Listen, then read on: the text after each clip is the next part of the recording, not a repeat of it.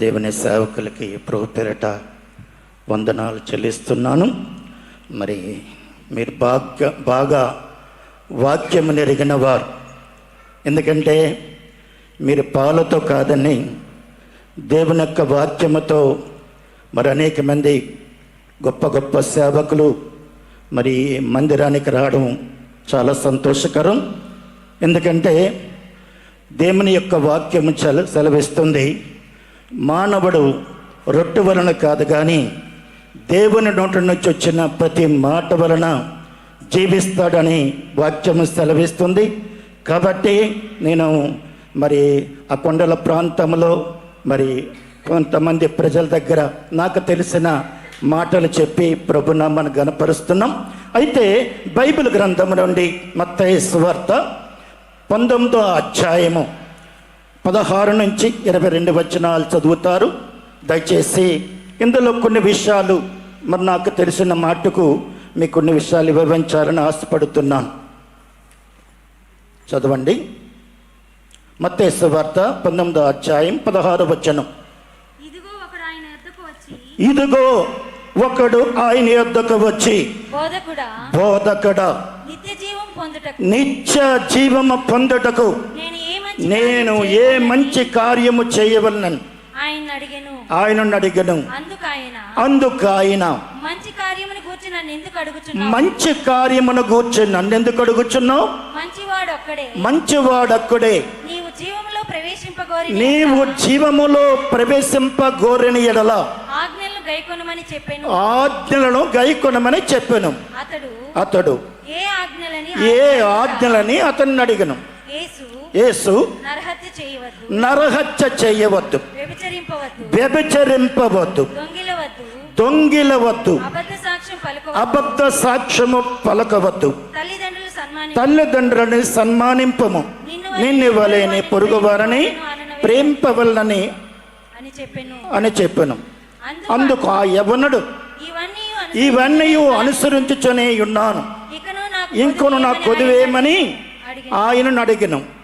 అందుకు యేసు, నీవు పరిపూర్ణ ఒకటకు కోరిన ఎడల నీవు పోయి నీ ఆస్తి నమ్మి బీదలకెమ్ము, అప్పుడు పరలోకమందు నీకు ధనము కలుగును, నీవు వచ్చి నన్ను వెంబడింపమని చెప్పాను. అయితే ఆ యవనుడు మిగిలి ఆస్తి గలవాడు గనుక ఆ మాట విని వ్యసనపడి ఇంటికి వెళ్ళిపోయాడు. దేవుడు తన మాటలను దీవించినగాక. ఇక్కడ చూసినట్లయితే ఒక యవ్వనుడు దేవుని దగ్గరికి వచ్చాడు. అయితే నిత్య జీవమునకు వారసుడు కావాలంటే నేనేమి చెయ్యాలి?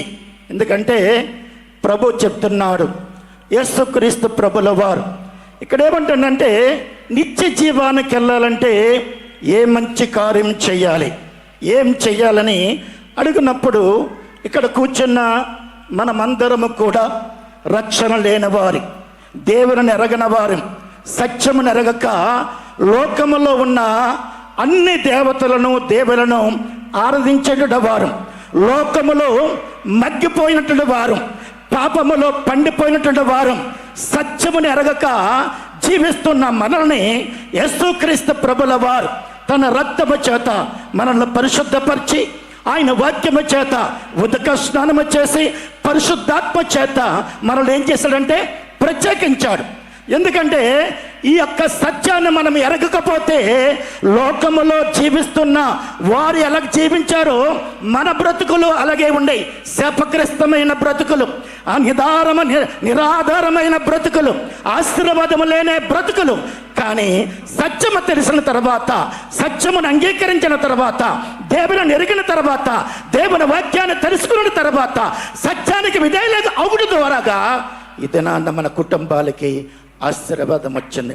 అయితే ఇక్కడ యేసు ప్రభుని అతడు అడుగుతున్నాడు, మరి సద్బోధకుడా, ఏ మంచి కార్యం చేస్తే నేను నిత్య జీవానికి వెళ్తున్నాను?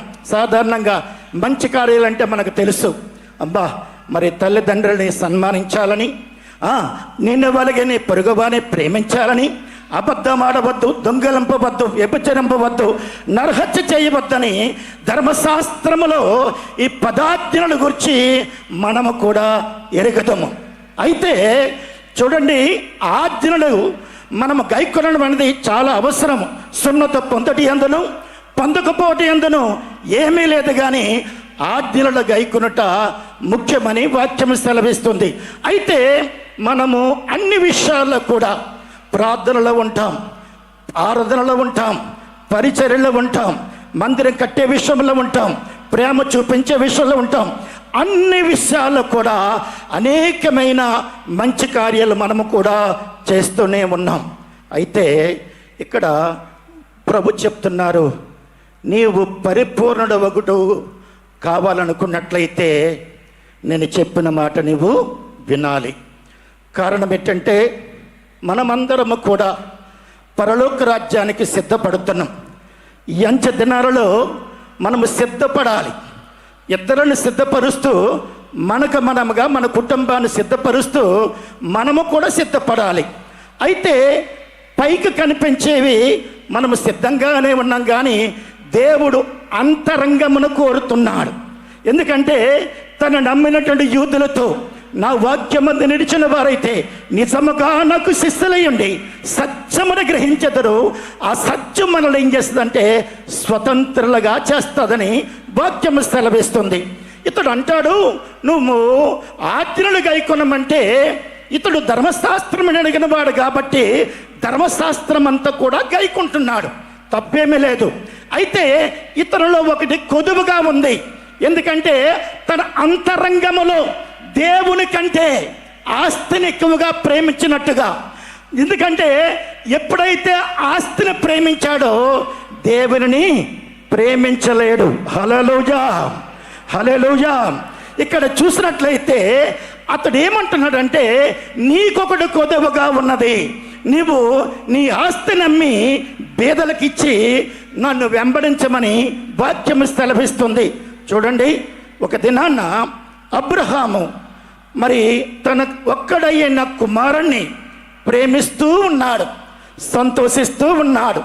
100 సంవత్సరాల తర్వాత తన బిడ్డను ఎంతగా ప్రేమిస్తున్నాడంటే అబ్రహాం ఇంక అన్నీ మర్చిపోయాడు. కానీ ఆ ప్రేమిస్తున్న టైంలో దేవుడు ప్రత్యక్షమై అంటాడు, అబ్రహామా, అబ్రహామా, నువ్వు ప్రేమిస్తున్న ఇస్సాకును నువ్వు నాకు ఏం చేస్తావు? నేను చూపించిన స్థలములో, అనగా మోరియా పర్వతానికి వెళ్ళి నేను చెప్పబోయే స్థలములో దాన్ని నువ్వు ఏం చేయాలి? అర్పణగా అర్పించమన్నాడు. అయితే అది చాలా బాధాకరం. ఆస్తినివ్వచ్చు, డబ్బునివ్వచ్చు, బంగారంనివ్వచ్చు, ఏదైనా ఇవ్వచ్చు, కానీ తాను ఒక్కడయ్యన్న కుమారుని ఇస్సాకును బలిగా ఇమ్మన్నాడు. చూడండి, మనం ఆజ్ఞలన్నీ కైకుంటాం, కానీ ఇలాంటి ఆజ్ఞ మన జీవితంలో జరిగితే ఇవ్వగలమా? ఇవ్వగలమా? ఒక్కసారి మనము ప్రశ్న వేసుకుందాం.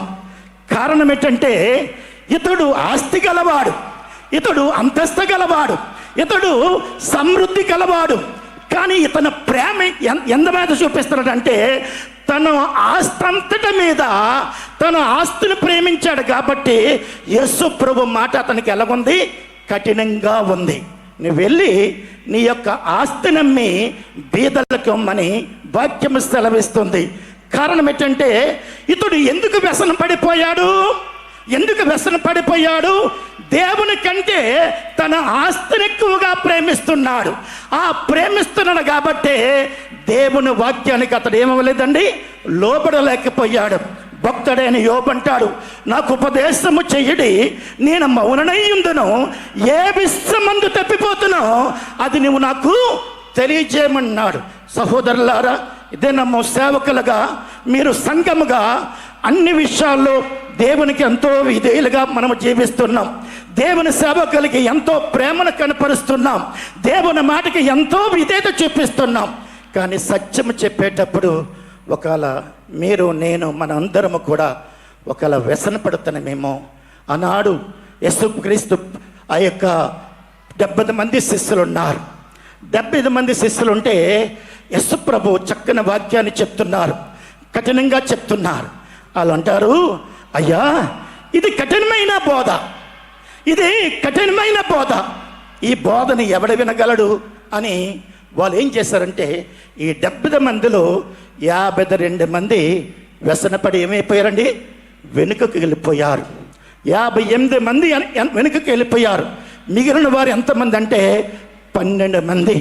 ఈ 12 మంది అపోస్తలులు క్రీస్తు కొరకు జీవించారు, క్రీస్తు కొరకు బ్రతికారు, క్రీస్తు కొరకు శ్రమలు, క్రీస్తు కొరకు నిందలు, క్రీస్తు కొరకు అవమానాలు, క్రీస్తు కొరకు అనేకమైనటువంటి ప్రతికూల పరిస్థితుల్లో కూడా వాళ్ళు ప్రభుని వెంబడించారు. బైబిల్ ఏం చెప్తుంది? రోమా పత్రిక 12వ అధ్యాయం 1-2 వచనాలు. కాబట్టి తీర్పు తీర్చు మనుష్యుడా. అమ్మా 12వ అధ్యాయం రోమా పత్రిక. కాబట్టి సహోదరులారా పరిశుద్ధమును దేవునికి అనుకూలమైన సజీవ యాగముగా మీ శరీరము సమర్పించుకున్నడని దేవుని వాత్సల్యతను బట్టి మిమ్మల్ని బతిమాలుకొనుచున్నాను. ఇట్టి సేవ యుక్తమైనది.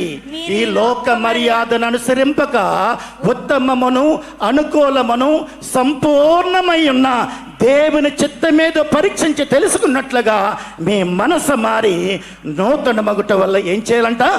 రూపాంతరము చెందాలి. స్తోత్రం చెప్తాం. ఇక్కడ చూసినట్లయితే మన శరీరముని ఏం చేయాలంట? సజీవ యాగముగా మనము దేవునికి ఏం చేయాలంట? సమర్పించుకోవాలి. ఏమండి మీరు అనుకోవచ్చు, మేము సమర్పించుకున్నామండి అంటారు. మేము చూడండి మేము ఎలాగున్నామో, మా ఆర్మెంట్స్ ఏవి, మా యొక్క జీవితంలో మా గాజులయ్యి, మా పువ్వులయ్యి, తప్పేం కాదు. కానీ మన అంతరంగములో దేవునికి స్థానాన్ని మనం ఇవ్వాలి. ఎప్పుడైతే సజీవ యాగముగా మనము దేవునికి విధేయులమవుతామో, ఆనాడు అపోస్తలులందరూ కూడా తమ స్థిరాస్తులను ఇచ్చేశారు, తమ జీవితాలను అప్పగించుకున్నారు. వారు అనేకమైన దెబ్బలకు అప్పగించుకున్నారు. ఎందుకంటే వాళ్ళు అప్పగించుకున్నారు కాబట్టి ఆనాడు పరలోకములో 12 స్తంభముల దగ్గర 12 మంది అపోస్తలులు కూడా అనేకులకు తీర్పు తీర్చడానికి వాళ్ళు సిద్ధపడ్డారు. సహోదరులారా, మనము కూడా ఈరోజు మనము సమర్పించుకున్నాం, కానీ సంపూర్ణంగా మనము విధేయత కలిగి ఉండాలని వాక్యం సెలవిస్తుంది. కాబట్టి బైబిల్ ఏం చెప్తుందంటే ఒక మాట చూపిస్తాను చూడండి. కొలసీలకు రాసిన పత్రిక 1వ అధ్యాయం 28వ వచనం.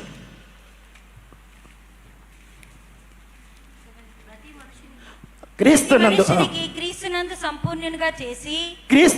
సంపూర్ణంగా చేసి ఆయన ఎదుట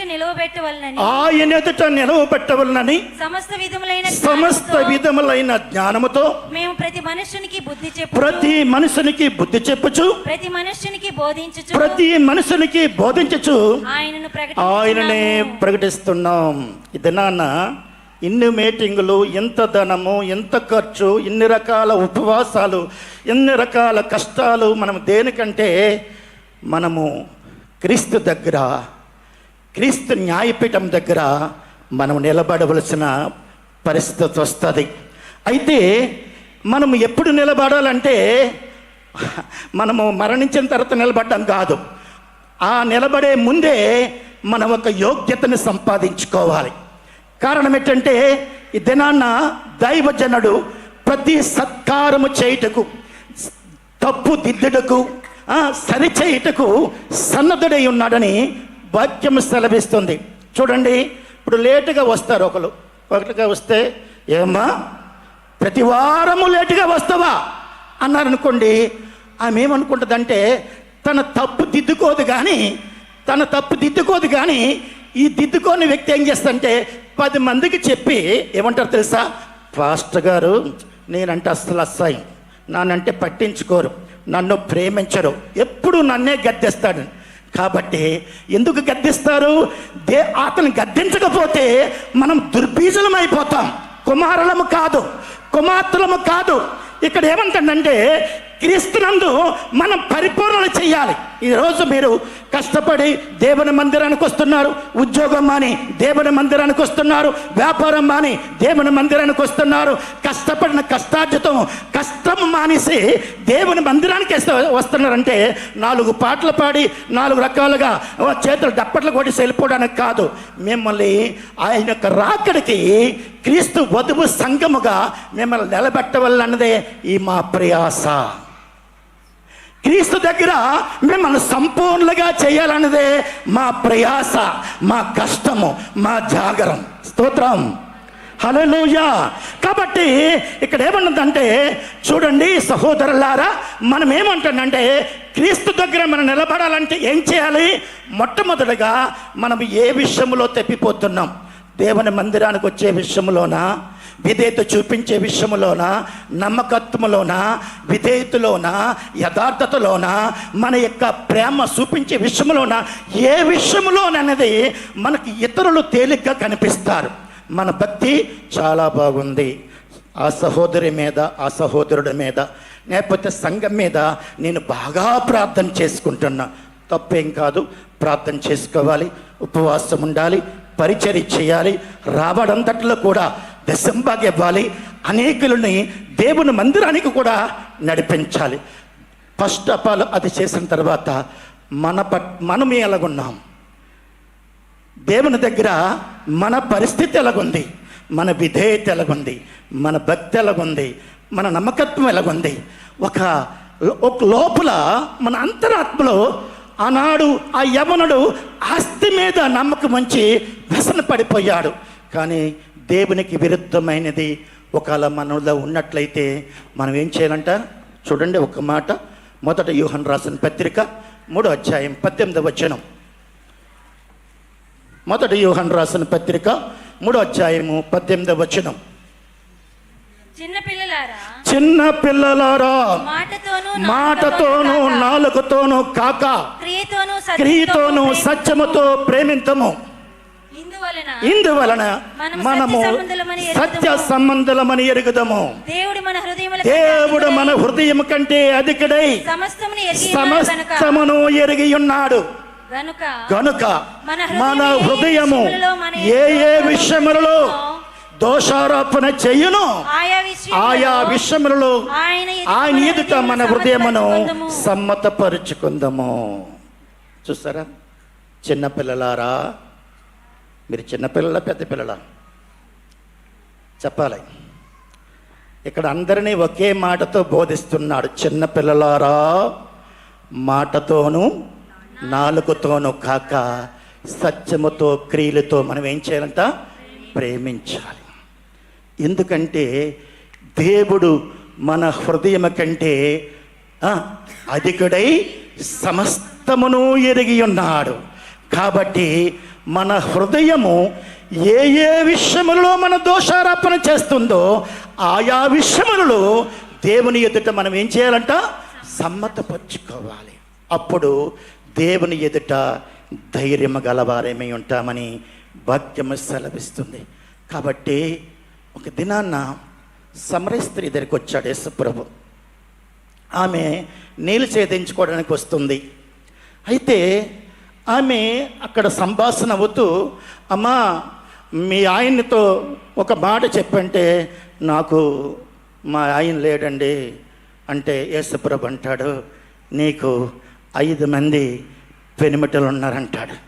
అంటే మనం ఎంతో, మన పడకేంటో, మన బ్రతికేంటో, మన అంతరంగమేంటో, మన ప్రార్థన ఏంటో, మన కపటమేటో, మన ద్వేషమేటో, మన అసూయేటో దేవుడికి ఎరకలేదా? మన మనుషులైతే మాయ చేయొచ్చు, కానీ మనమందరము కూడా దేవుని ఎదుట మాయ చేయలేం. మనం సీక్రెట్గానే చేయొచ్చు, కానీ దేవుడు మన పడకను, మన నడకను, మన ప్రవర్తనను, మన అవిధేయతను, మన అంతరంగంలో ఉన్నటువంటి ప్రతి కార్యమును ఎరిగిన దేవుడు. అందుకే భక్తుడైన పౌలు అంటాడు, ఒక్క మాట చూపిస్తానండి దయచేసి. ఫిలిప్పీ రాసిన పత్రిక 3వ అధ్యాయము 12వ వచనం. ఇదివరకే నేను గెలిచితిని ఇదివరకే నేను గెలిచెత్తనైనను ఇదివరకే సంపూర్ణ సిద్ధి పొందెత్తనైనను నేను అనుకున్నట్లేదు గాని నేను దేని చేత యేసు క్రీస్తు చేత పట్టబడుతును దాని పట్టుకున్న వల్లని గురి యొద్దకే పరిగెత్తుచున్నాను. అంటే పౌలు యొక్క ప్రయాసేటి, నేను ఇదివరకే గెలిచానని అనుకోలేదు, ఇదివరకే విజయాన్ని పొందానని అనుకోలేదు, ఇదివరకే పరిపూర్ణుడు అయిపోయానని అనుకోలేదు, ఇదివరకే నేను యథార్థమంతుడని అయ్యానని నేను అనుకోలేదు. ఎందుకంటే సంపూర్ణ స్థితి పొందాలని ఎవరి ఉద్దేశం అండి? పౌలు యొక్క ఉద్దేశం. మనందరి ఉద్దేశం ఏంటంటే ఈ లోకములో ప్రభుని విశ్వసించిన తర్వాత ఏదో మనం చేసామని అనుకునే కన్నా మన ఆత్మస్థితి పరిపూర్ణ స్థితి వచ్చే వరకు కూడా మనము దాని కొరకు ఏం చేయాలంటే ప్రయాసపడాలి. ప్రతి దినము కూడా నువ్వు ఉద్యోగానికి వెళ్తావో, వ్యాపారానికి వెళ్తావో, కూలి పనే చేస్తావో, ఏ పని చేసినా ప్రతి దినము కూడా మన అంతరాత్మలో పరిశుద్ధాత్మ దేవుడు మనతో మాట్లాడుతున్నాడు. కరెక్టే, మందిరానికి వెళ్తున్నావా, వెళ్ళు. ప్రార్థన చేస్తున్నావా, చేస్తూ నీలో ఒకటి కొదువుగా ఉందని దేవుడు అడుగుతున్నాడు. అపోస్తలుడైన పౌలు అంటాడు, అయ్యో నేనంత దౌర్భాగ్యుడును. ఏమన్నాడు? అయ్యో నేనంత దౌర్భాగ్యుడును, నాలో పాప నియమం ఉంది, అది నన్ను వెంటాడుతుంది, అది నన్ను చెరపట్టుకుపోతుంది, అది ధర్మశాస్త్రముతో పోరాడుతుంది. అట్టి మరణానికి లోనైనా నా శరీరము నన్ను విడిపించడానికి ఎవడని బ్రతిమలాడు ప్రాధాయపడుతున్నాడు. మనకేమీ కాలేదు. పగల చర్చికి వస్తాం, రాత్రి సినిమాకి వెళ్ళిపోతాం. మనకేమనిపించదు. ఒక అమ్మ అడిగాను, ఎందుకమ్మా టీవీ కొనుక్కున్నారంటే, మా పిల్లలు బొమ్మలు వస్తాయి, కార్టూన్ బొమ్మల్లాగా, బొమ్మలు చూస్తారండి అని. ఒకరోజు 2-3 రోజుల తర్వాత మళ్ళీ వెళ్ళాను, సినిమా చూసుకుంటున్నారు. వాళ్ళ పాపం చేయడానికి కారణం ఎవరండి? పిల్లలా తల్లిదండ్రులా? చెప్పాలా? పిల్లలే, తల్లిదండ్రులు. దినాన్న పిల్లలు పాడైపోవడానికి కారణం కూడా తల్లిదండ్రులే. అమ్మ నాన్న చెప్తారు, అమ్మ మేము చర్చికి వెళ్ళిపోతాము, ఇంటి దగ్గర ఉండండి, జాగ్రత్త టీవీ చూసుకోండి అంటారు. వాళ్ళు నచ్చినట్టు చూసుకుంటారు. చెడిపోయిన తర్వాత మా అబ్బాయి చిన్నప్పటి నుంచి చర్చిలో ఉన్నాడండి, ఇటు బతుకలుగా అయిపోయిందంట. కానీ పౌలు ధర్మశాస్త్రం ఎరిగిన వాడు, నిష్ట కలిగిన వాడు, ధర్మశాస్త్ర పండితుడు, పరిసయులందరికీ పరిసయుడు, సత్యం నెరిగిన వాడు. కానీ అట్టివాడే ఏమంటున్నాడు?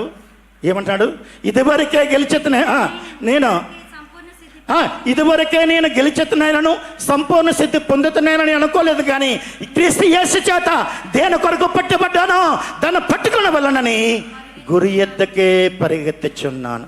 అంటే దాని అర్థం ఏంటంటే మనం మరణపు వరకు కూడా మన విషయంలో ఏం చేయాలంటే, ప్రభా ఈ యొక్క పాపముని జయించలేకపోతున్నాను, ఈ తిరుగుబాటుతనాన్ని జయించలేకపోతున్నాను, ఈ అవిధేయతను జయించలేకపోతున్నాను, నేను దేవుని మందిరానికి సరిగ్గా రాలేకపోతున్నాను, నా కష్టార్జితలో దశంభాగం ఇవ్వలేకపోతున్నాను, ఇచ్చినట్లుగా నాకు సహాయం చేయాలని మనం ఎప్పుడైతే ప్రతి దినము కూడా ఈ యొక్క దీని గురించి ఎప్పుడైతే ప్రార్థన చేస్తామో, దేవుడు ఆ యొక్క బంధకాల నుంచి, ఆ నాశనం అయిపోయే స్థితిలోంచి దేవుడు మనల్ని ఏం చేస్తాడో తెలుసా? విడిపిస్తాడు. దాని గురించి మనం ప్రార్థన చేయం. పాపం చేస్తూనే ఉంటాం, ప్రార్థన చేస్తూనే ఉంటాం, తిరుగుబాటు చేస్తూనే ఉంటాం, ఉపవాసం చేస్తూనే ఉంటాం, అన్ని రకాలుగా అలవాట్లు చేస్తూనే ఉంటాం, మన దేవుని దగ్గరగా హల్లెలూయా అని మనం ఆరాధన చేస్తూనే ఉంటాం. కానీ ఇదివరకే గెలిచెత్తనైనను సంపూర్ణ సిద్ధి పొందుతున్నైనను నేను అనుకోలేదు. క్రీస్తు యేసు పట్టుబడ్డాను. ఏ నాడైతే పట్టుబడ్డానో ఆ పట్టుబడిన తర్వాత నేను పరిగెత్తుతూనే ఉన్నాను తప్ప పరుగు ఆపలేదు, పరుగుని ఆపలేదు. ఎందుకు ఆపలేదు తెలుసా? తన పరిపూర్ణుడు కావాలి. పరిశుద్ధాత్మ చేత పట్టబడ్డాడు. ఆయన పరలోకం నుండి ఒక స్వరం విన్నాడు. ఆ పరలోక స్వరం విన్న తర్వాత దమస్కా పట్టణం తర్వాత ఏనాడైతే ఆ దమస్కా పట్టణం దగ్గర ఆ స్వరం విన్నాడో ఆనాటి నుంచి నేటి వరకు కూడా ఆ పరిశుద్ధాత్మ దేవునికి ఏనాడు కూడా అవిధేయత చూపించలేదు.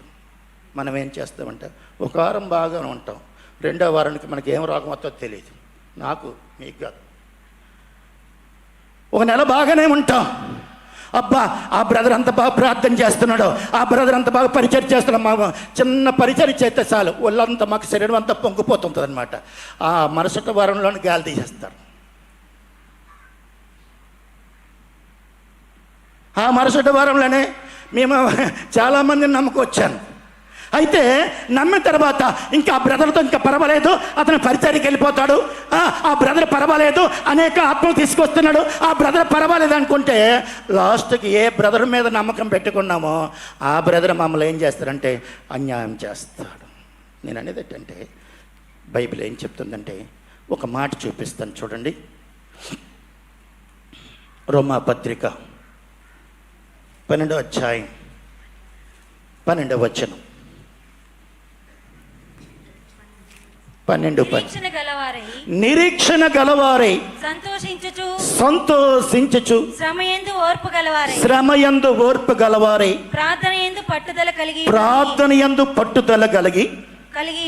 కలిగి ఉండుడి పరిశుద్ధుల అవసరంలో పాలు పొందొచ్చు శ్రద్ధగా ఆతిథ్యం ఇచ్చుచుండడి. మిమ్మల్ని హింసించే వారిని దీవించడు గాని శపించవద్దు, సంతోషించే వారితో సంతోషించడి, ఏడ్చువాడితో ఏడబడి, ఒకని ఎడల ఒకటి మనసు కలిగినుడి, హెచ్చువాటి యందు మనసుంచక తగ్గువాటి యందు ఆసక్తులుండుడి. మీకు మీరే బుద్ధిమంతులు అనుకోవద్దు, కీడికి ప్రతి కీడు ఎవనికి చేయవద్దు, మనుషులందరి దృష్టికి యోగ్యమైన వాటి గురించి ఆలోచన కలిగి ఉండి, సత్యమైతే మీ చేతనంత మట్టుకు సమస్త మనుషులతో ఎలా ఉండాలంట? అది సంగతి. సమస్త మనుషులతో ఎలా ఉండాలంట? ఎందుకు ఆ సమాధానం?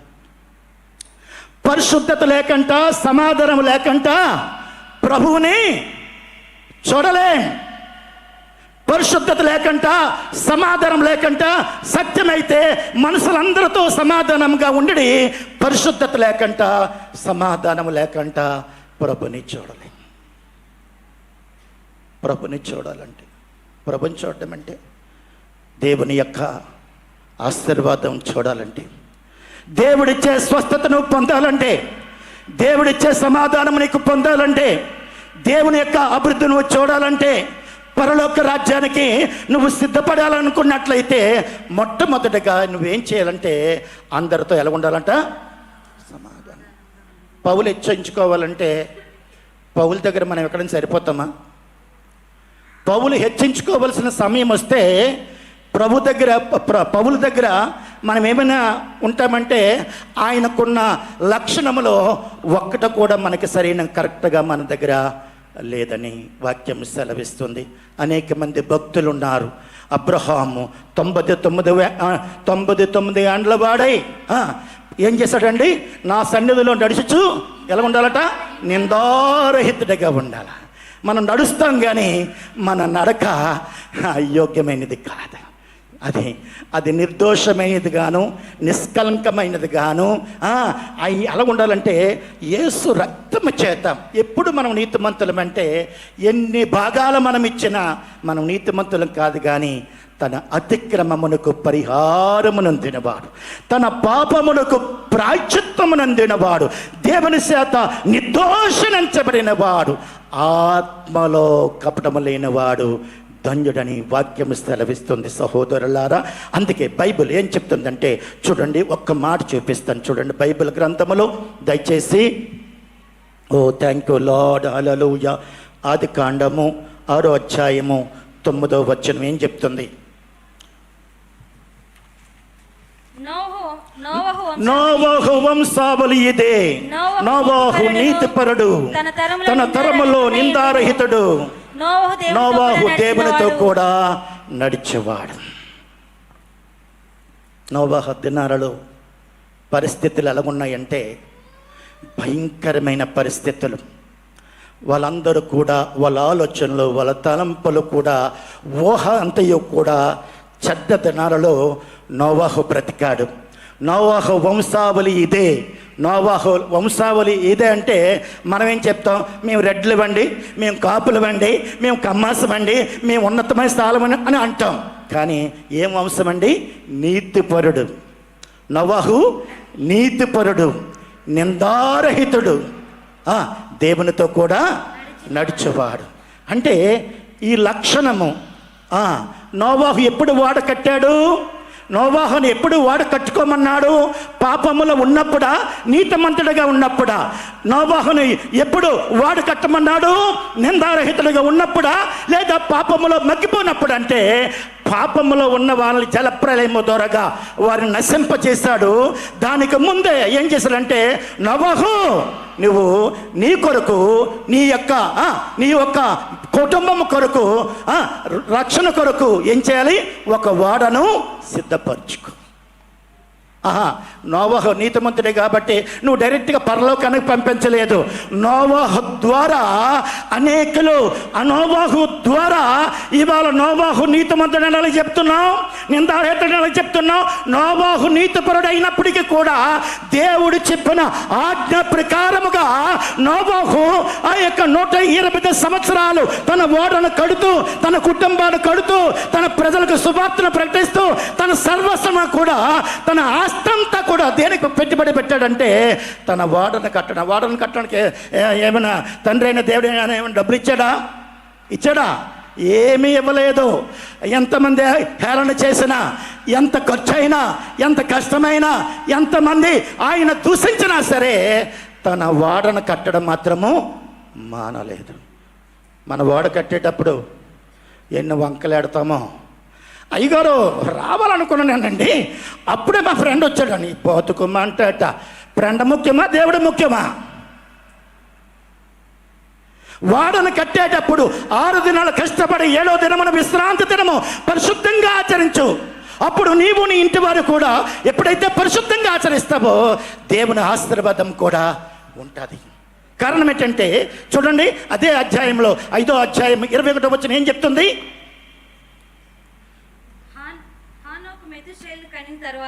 హానోకు మెతుషేలను కనిన తరువాత 300 ఏండ్లు దేవునితో నడుచుచు 300 ఏండ్లు దేవునితో నడుచుచు కుమారులను కుమార్తెలను కనెను. చాలండి.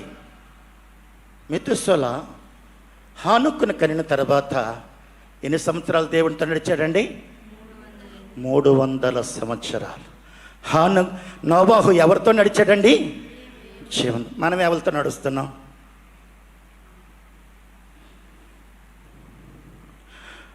చెప్పాలా? ఎవరితో? అటు అన్యులము కాదు, ఇటు క్రైస్తవులు కాదు. అపోస్తలులు అంటే మొట్టమొదటగా మనకు ఉండవలసిన లక్షణం ఏంటి తెలుసా? విశ్వాసం. 2వ లక్షణం ఏంటి తెలుసా? మారు మనసు. 3వ లక్షణం ఏంటి తెలుసా? బాప్తిసం. 4వ లక్షణం ఏంటి తెలుసా? పరిశుద్ధాత్మ. 5వ లక్షణం ఏంటి తెలుసా? ప్రత్యేకత. 6వ లక్షణం ఏంటి తెలుసా? సమర్పణ. 7వ లక్షణం ఏంటి తెలుసా? పరిపూర్ణత. అంటే ఈ విశ్వాసం లేకుండా, ఈ మారు మనసు లేకుండా, ఈ ప్రత్యేకత లేకుండా, ఈ పరిశుద్ధాత్మ లేకుండా, పాపమును గురించి, నీతిని గురించి, ఆ తీర్పు గురించి ఒప్పంపకుండా నువ్వు పరిపూర్ణ వెలగవుతావు, నువ్వు పరిశుద్ధురాలు వెలగవుతావు. దావీదు మహారాజయ్యుండి ఏమన్నాడు తెలుసా? నేను పాపములోనే పుట్టాను, పాపములోనే నా తల్లి గర్భం ధరించింది. నువ్వు అంతరంగంలో సత్యం కోరుచున్నావు, అంతర్యమును నాకు జ్ఞానము తెలియజేసేటము. ఈ సొప్పుతో నా పాపముల పరిహరింపము హిమము కంటే తెల్లగా ఉండున్నట్లున్నాను. నీవు అందరినీ స్నానం చేసి మనం స్నానం చేయకపోతే మన బట్ట అలాగుంటుంది, మన శరీరం అలాగుంటుందండి. చెప్పలా? మీ అందరికీ నేను స్నానం చేస్తున్నాను, మీరందరికీ కొత్త బట్టలు వేసేస్తాను. నేను స్నానం చేయలేదు కానీ నేను కొత్త బట్టలే వేసుకున్నాను. శరీరం ఎలాగుంటుంది చెప్పాలా? ఏ స్మెల్ వస్తుంది? అందరూ పాస్టర్ గారు తెచ్చుకుని ఈయన పాస్టర్ గారు రా బాబు, ఇలాంటి వాక్యం మేము వినలేదు. ఇది మమ్మల్ని తిడతండా కొడతండి, మేమేం తిట్టలేదండి. బ్రతుకునావా పగిలినా కడలి పాలైనా, చెప్పలు కొట్టడమ్మా. బ్రతుకునావా పగిలినా కడలి పాలైనను అలల ముంచి వేసిన ఆస్తి ఆశలు అనగారిన బ్రతుకునావా పగిలిన కడలి పాలైనను అలల ముంచి వేసిన ఆశలు అనగారిన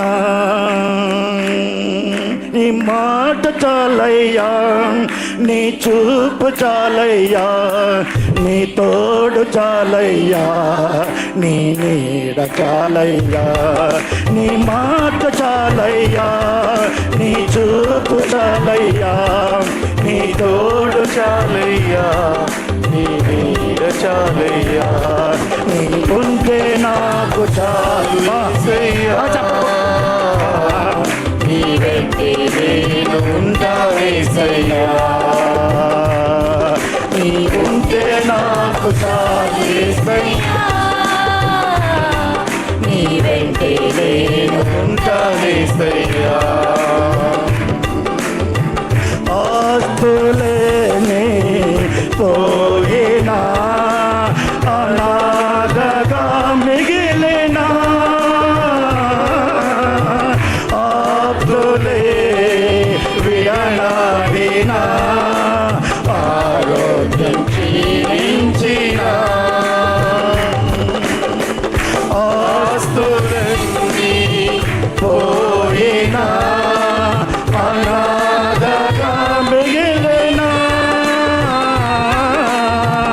ఆప్తులే విడనాడినా ఆరోగ్యం క్షీణించిన నీ మాట చాలయ్యా, నీ చూపు చాలయ్యా, నీ తోడు చాలయ్యా, నీ నీడ చాలయ్యా. నీ మాట చాలయ్యా, నీ చూపు చాలయ్యా, నీ తోడు చాలయ్యా, నీ నీడ చాలయ్యా. నీకుంటే నాకు చాలు యేసయ్యా. నీ వెంటే నేను ఉంటావేసయ్యా.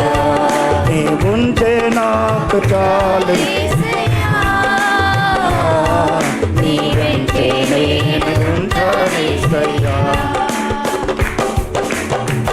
చాలండి. ఇక్కడ మనం చూస్తున్నట్టు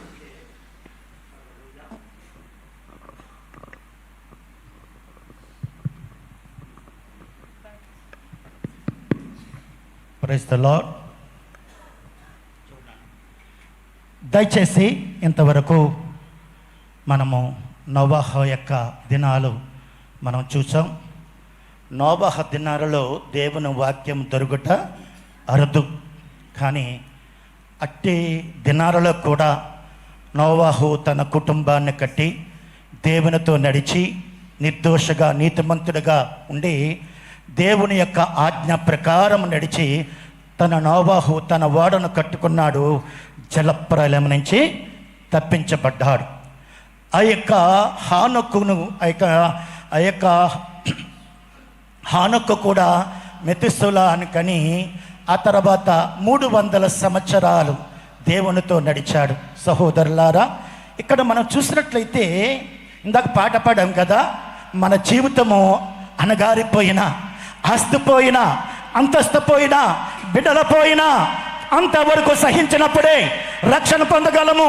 యోబుకి 7,000 గొర్రెలు, 3,000 ఒంటెలు, 500 జతల ఎద్దులు, 500 ఆడగాడిదలు, 7 కుమారులు, 3 కుమార్తెలు, భూచ దేశమందు అతడే గొప్పవాడు.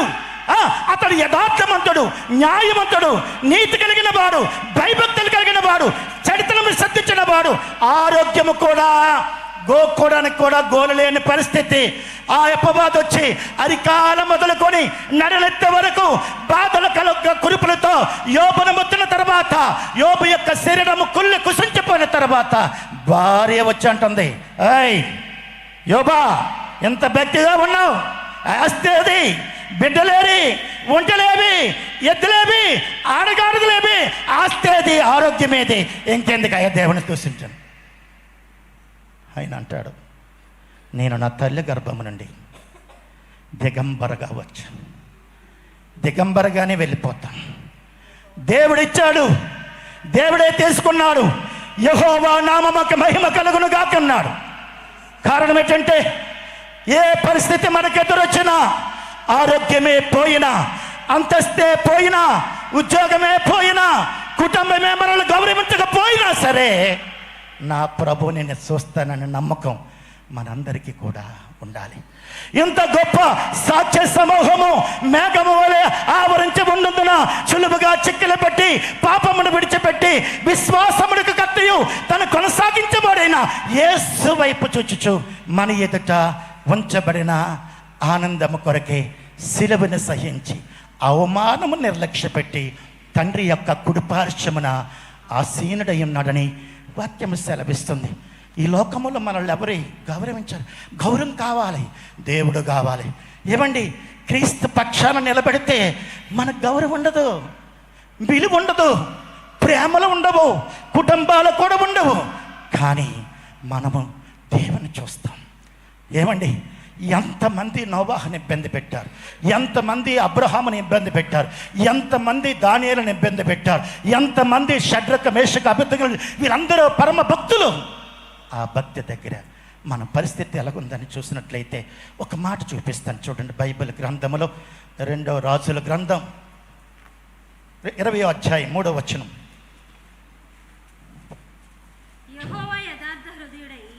యెహోవా యథార్థ హృదయుడనై సత్యంతో నీ సన్నిధిని నేను ఎట్లు నడుచుకుంటున్నా. యెహోవా యథార్థ హృదయుడనై సత్యముతో నీ సన్నిధిని నేను ఎట్లు నడుచుకుంటున్నా. నీ దృష్టికి అనుకూలంగా సమస్తము నేను ఎట్లు జరిగించి, నీ దృష్టికి సమస్తమును అనుకూలముగా ఎట్లా జరిగించును. కృపతో జ్ఞాపకం చేసుకో. హిజ్కియా కన్నీళ్లు విడిచుచు యెహోవాను హిజ్కియా కన్నీళ్లు విడిచుచు దేవునికి ప్రార్థించెను.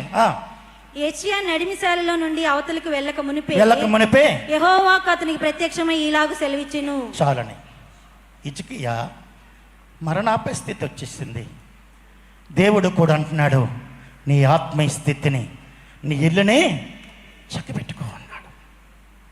కానీ హిజ్కియా రాజు, నేను అలాంటి యథార్థ హృదయం గలడని సత్యముతో నీ ఇట్లు నడుచుకుంటున్నావు, కృపతో జ్ఞాపకం చేసుకోమని కన్నీళ్ళు విడిచి ప్రార్థన చేశాడు.